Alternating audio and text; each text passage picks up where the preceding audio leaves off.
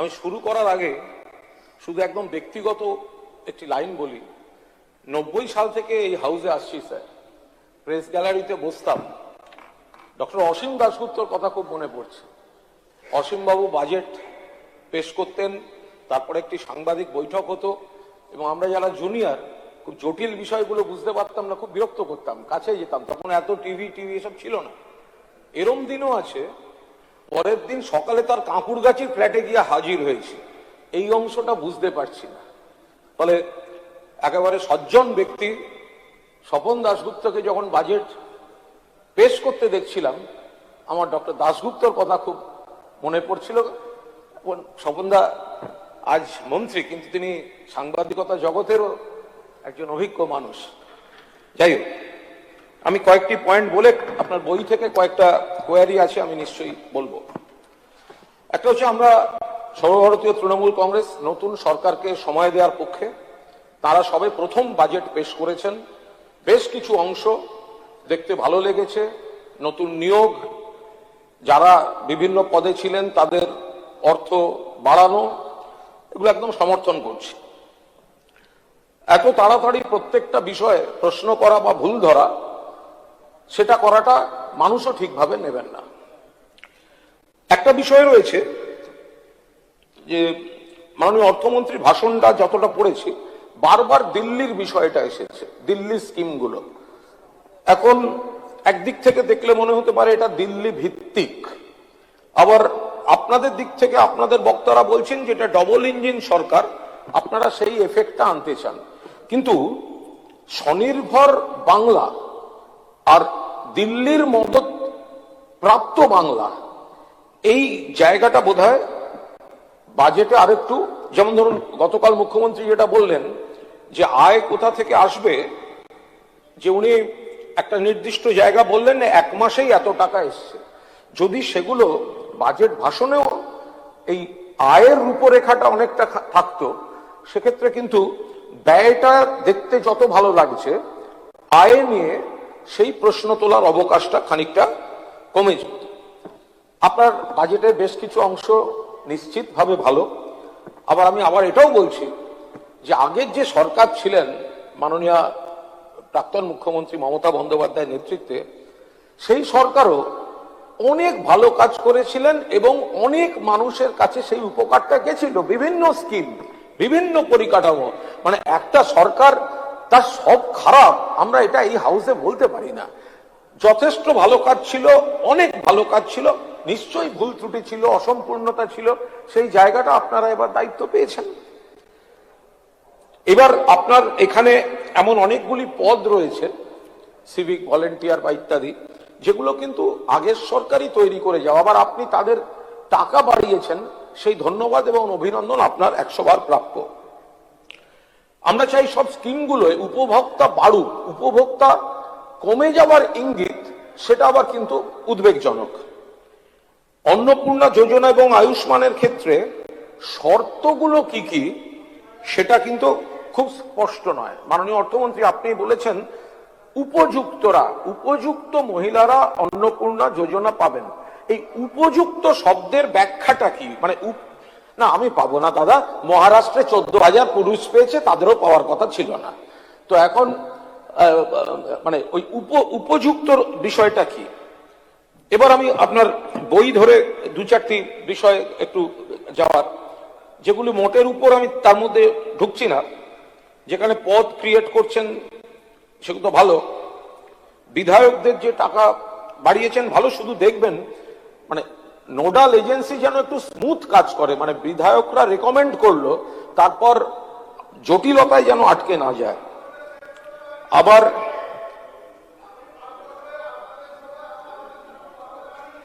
আমি ভাই যতদিন এমপি ছিলাম আমারটা আমি পুরো শেষ করেছি।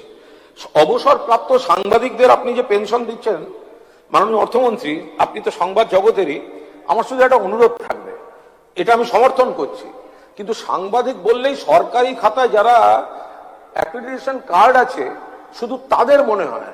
অ্যাকচুয়ালি সাংবাদিক কিন্তু যারা ডেস্কে কাজ করছেন, যারা পুরো সংবাদপত্র বা চ্যানেলটাকে চালাচ্ছেন, তারাও সাংবাদিক।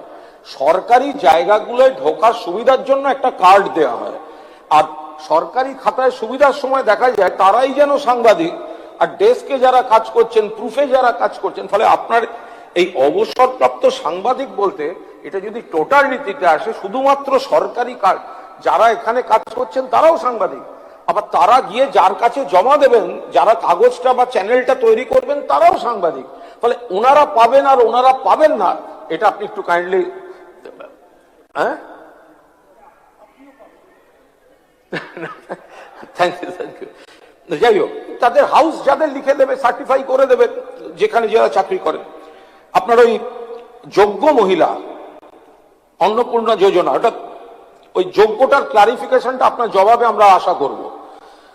আচ্ছা, এখানে আপনি রাজ্য পুলিশ রিজার্ভ ফোর্সে মাতঙ্গিনী হাজরা, রানী শিরোমণি, দুটি মহিলা ব্যাটালিয়ন বলেছেন, পূর্ণ সমর্থন করছি। রানী শিরোমণি 1797 সালে পূর্ব মেদিনীপুরের, অবিভক্ত মেদিনীপুরের কর্ণগড়ে ভারতবর্ষের ইতিহাসের রানী লক্ষ্মীবাইয়ের থেকেও 60 বছর আগে প্রথম মহিলা বিদ্রোহী। লক্ষ্মীবাই 1857 আর বাংলার মেয়ে রানী শিরোমণি 1757, 60 বছর আগে। আমি 97-98 সাল থেকে একটু লেখালেখি করেছিলাম, জ্যোতিবাবু আগ্রহ দেখিয়েছিলেন, গেছিলেন ওখানে, অনিলদা বিমানদারাও গেছিলেন, মমতা বন্দ্যোপাধ্যায় কিছু স্মৃতিতে কাজ করে দিয়েছেন, ওর সঙ্গে আমার এই বিষয়টা নিয়ে যোগাযোগ আছে। শ্রমিকও খুব সিরিয়াসলি কাজ করছে। যদি মাননীয় অর্থমন্ত্রী রানী শিরোমণিকে কেন্দ্র করে ওই জায়গাটায়, যেটা আগের সরকার একটা ট্যুরিজম সেক্টর শুরু করেছে, রানী শিরোমণির একটা মূর্তি, বাংলার মেয়ে, জঙ্গলমহলের মেয়ে, ভারতবর্ষের প্রথম ব্রিটিশ বিরোধী নেত্রী, তাকে যদি একটা কিছু করা যায় স্মৃতিতে, যদি কাইন্ডলি সেটা একটু দেখেন, এটা খুব ভালো হবে। আর ট্যুরিজম হয়েছে, সার্কিট হয়েছে, ওগুলো, সেগুলো আরো কি করা যায়।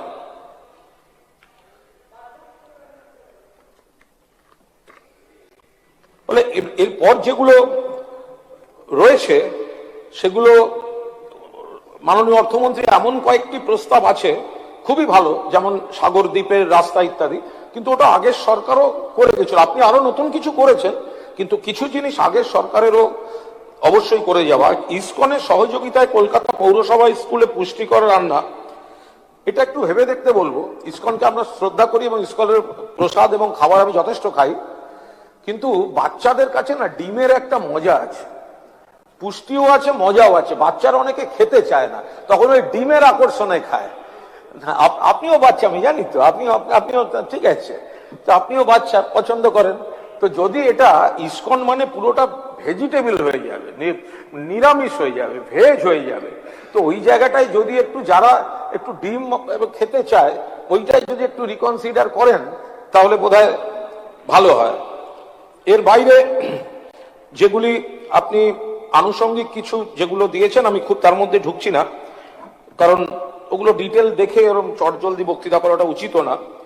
আমি একটা কথা বলবো যে সংখ্যালঘু, দেখুন আমাদের বাংলায় একটা সেকুলার, আমরা হিন্দু আছি, মুসলমান আছি, খ্রিস্টান আছি, সবাই আছি, কিন্তু অর্থমন্ত্রী যখন বাজেট পেশ করছেন, তাতে যেন সংখ্যালঘুরাও যদি একটু আরেকটু মনে হতো যে আপনার তাদের প্রতি একটু দরদ এবং গুরুত্ব আপনি আর একটু দিয়েছেন, বোধহয় তাদের সেই খাতগুলোতে একটু সুবিধা হতো।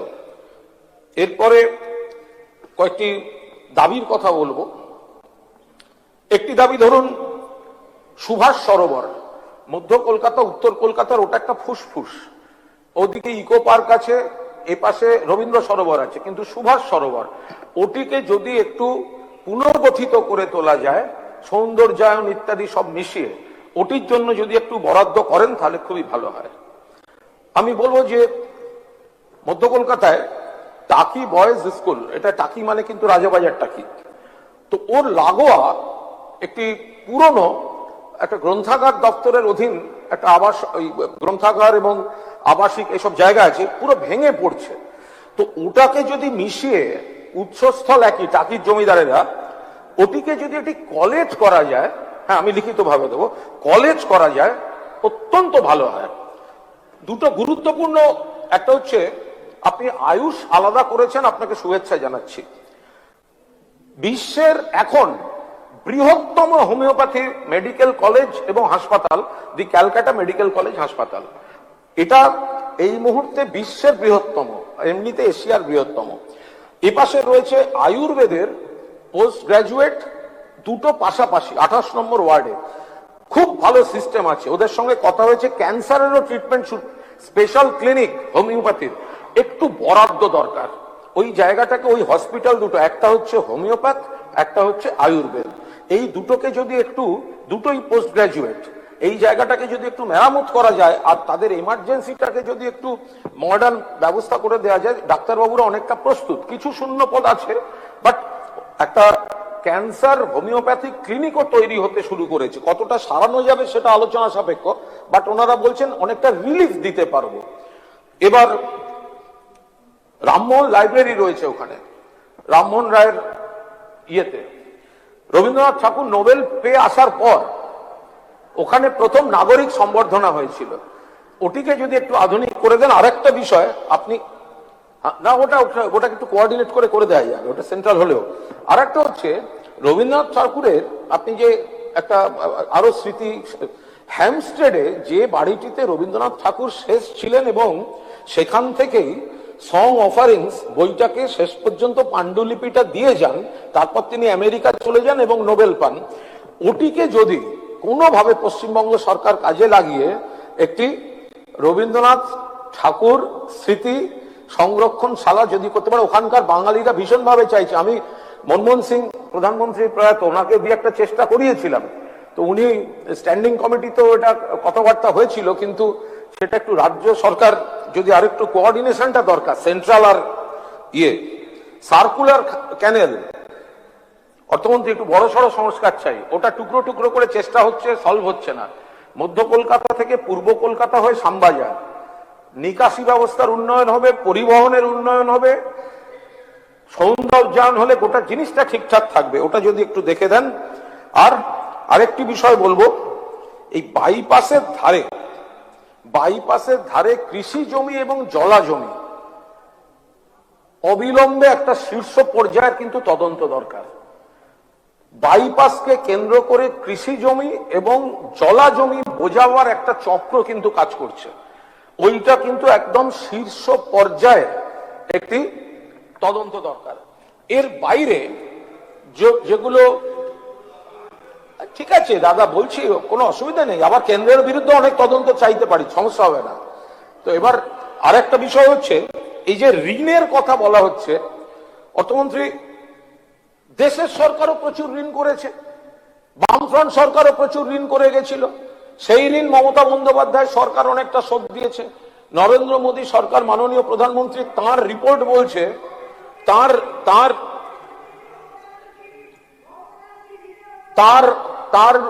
রিপোর্টে দেখা যাচ্ছে যে এই বকেয়া ঋণ পরিশোধেও অত্যন্ত গুরুত্বপূর্ণ এবং সফল ভূমিকা পালন করেছে মমতা বন্দ্যোপাধ্যায় সরকার।